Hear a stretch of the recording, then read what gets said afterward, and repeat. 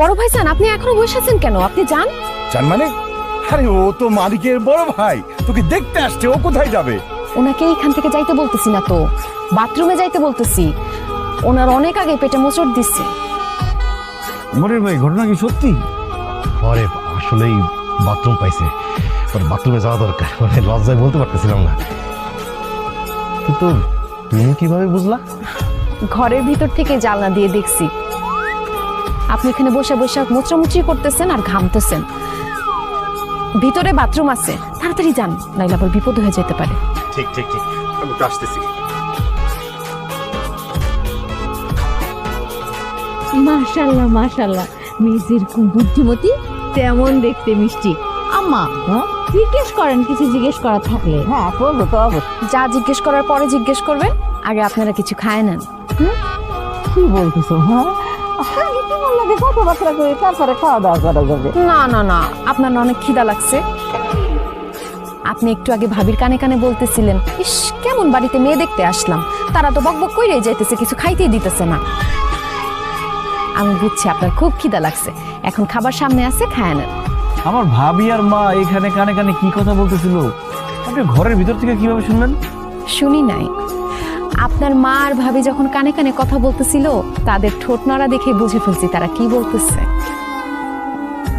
কি আমি ঠিক বলছি না? আপনাদের খিদা লাগছে। হ্যাঁ মা ঠিকই বলছো, আসলে খিদা লেগে গেছিল তো, এই জন্য খিদা নিয়ে কথা বলছি।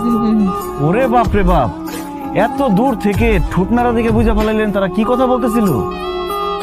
আব্বা, এই মেয়ে তো খুবই ডেঞ্জারাস। আরে না, ডেঞ্জারাস না, মেয়ে তো অনেক চালাক, চতুর, বুদ্ধিমতী, গুণবতী, খুবই সুন্দর। আমার তো খুবই পছন্দ হয়েছে। মা, আমার ছেলে তোমার মতো চালাক চতুর না হইলেও খুব ভালো ছেলে।